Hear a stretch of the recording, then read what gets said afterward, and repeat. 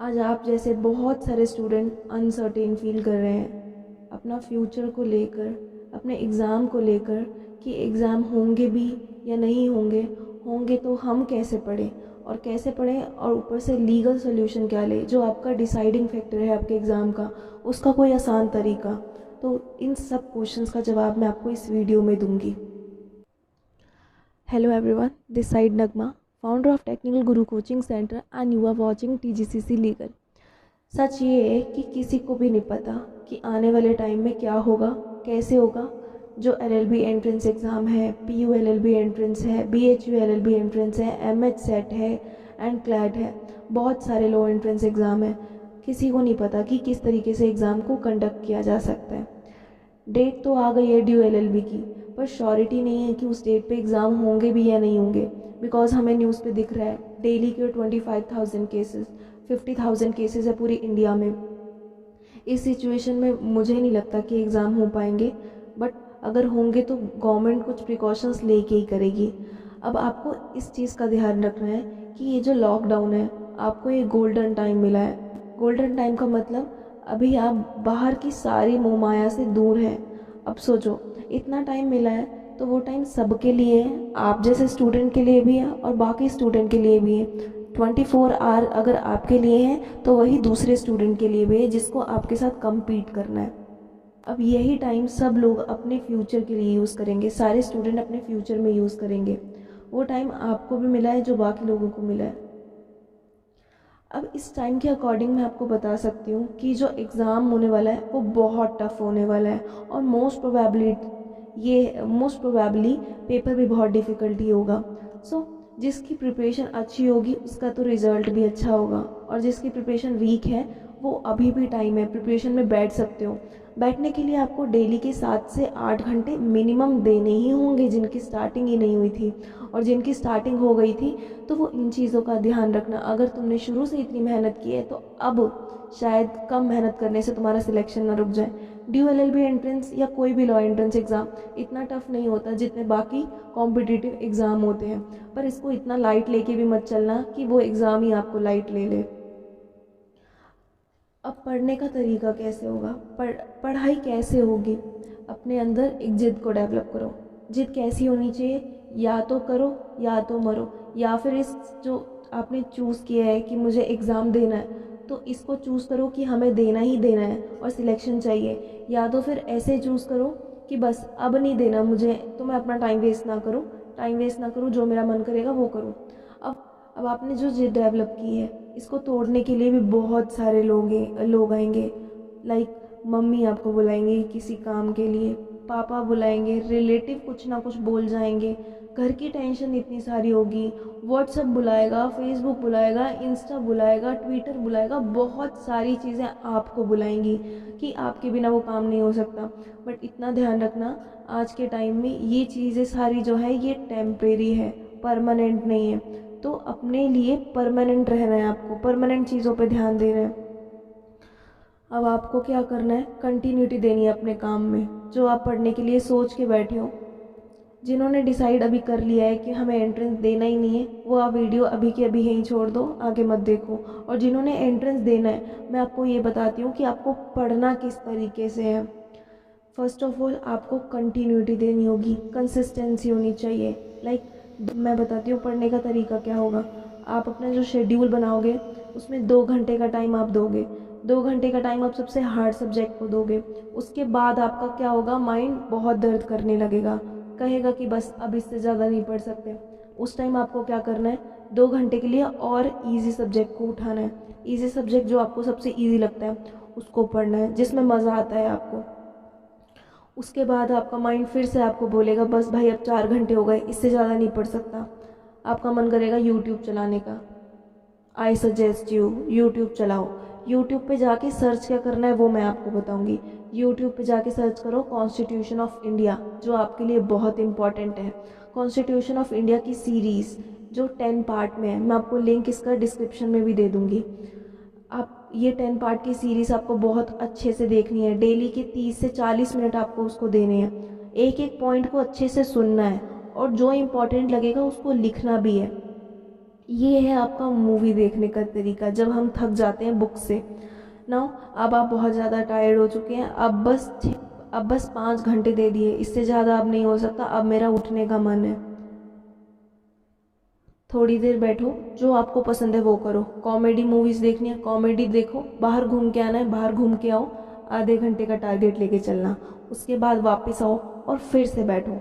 और जब आप वहाँ से फ्रेश होके आओगे तो आपका माइंड फिर से बहुत अच्छी तरीके से काम करेगा। अब आप वो करो जो आपसे क्वेश्चन सॉल्व नहीं होते हैं। अगर किसी से लीगल एप्टी के क्वेश्चन सॉल्व नहीं होते, इस टाइम पे होंगे। मैथ्स के क्वेश्चन सॉल्व नहीं होंगे, इस टाइम पे होंगे। आप इस टाइम उसको लेके बैठो। अब या तो आप पढ़ने बैठ जाओगे या तो फिर आपको बहुत आलस आएगा। आलस आएगा ऊपर से फिर थोड़ी देर बैठोगे और आपका माइंड बोलेगा कि बस अब उठ जा। आपको बहुत ज़्यादा आलस आएगा, मेंटल पेन भी होगा। तो समझ लो, अब आपको ये समझना है कि ज़िंदगी में तो समझ लो आपकी जंग आपसे ही है। अब आपके एग्ज़ाम से नहीं है, आपको खुद से लड़ना है कि अब आपको पढ़ना है या उठना है।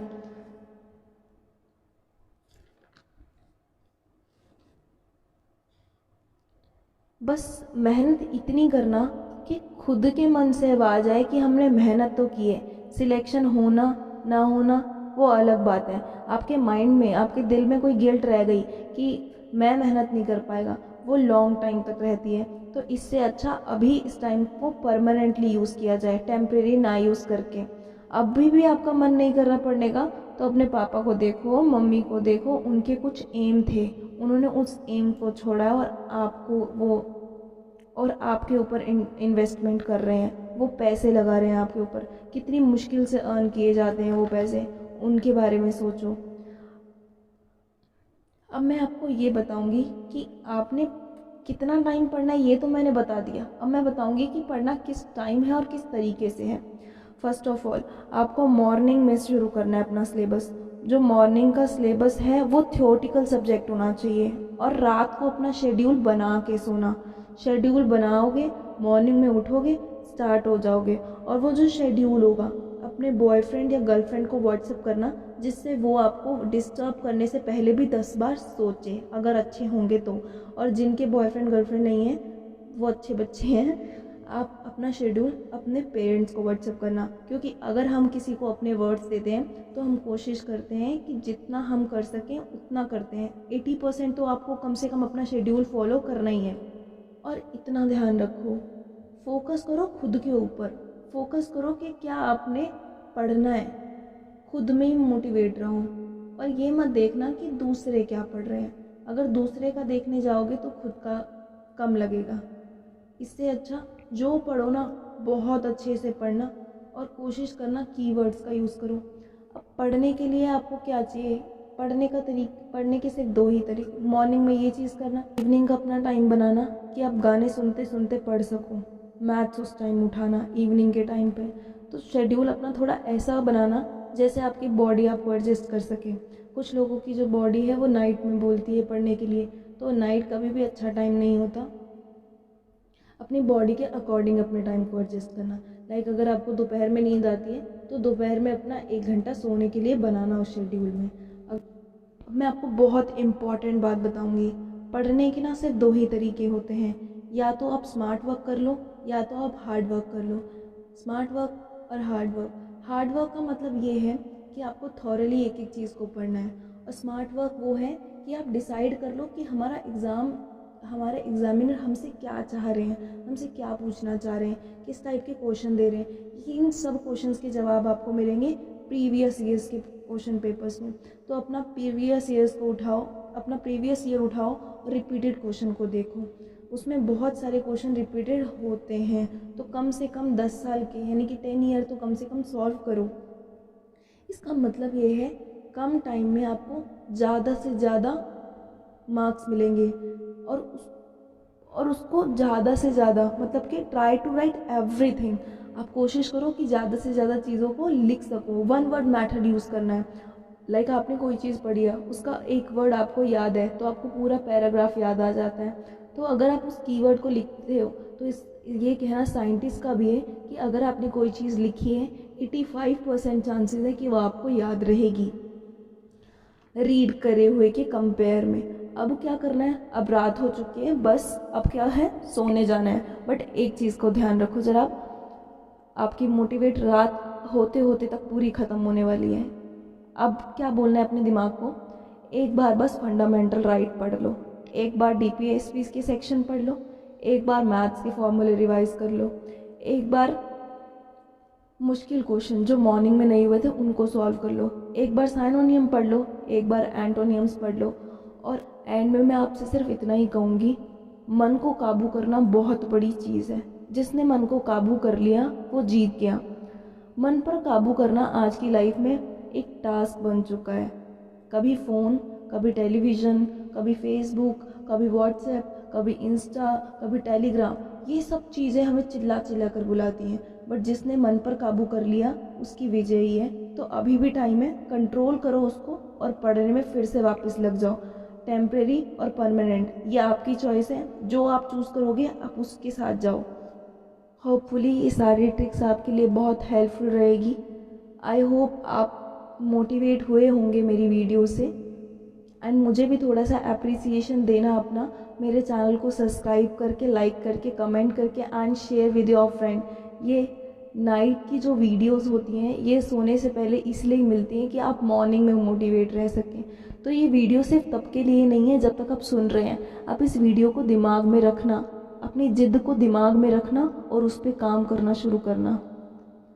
आज के लिए सिर्फ इतना ही। मैं आपके साथ एंट्रेंस तक जुड़ी रहूँगी, आपके एंट्रेंस क्रैक होने तक। आप इस चैनल को सब्सक्राइब करना मत भूलना। थैंक यू सो मच और जल्दी से जल्दी फैकल्टी में आओ। I am waiting for you.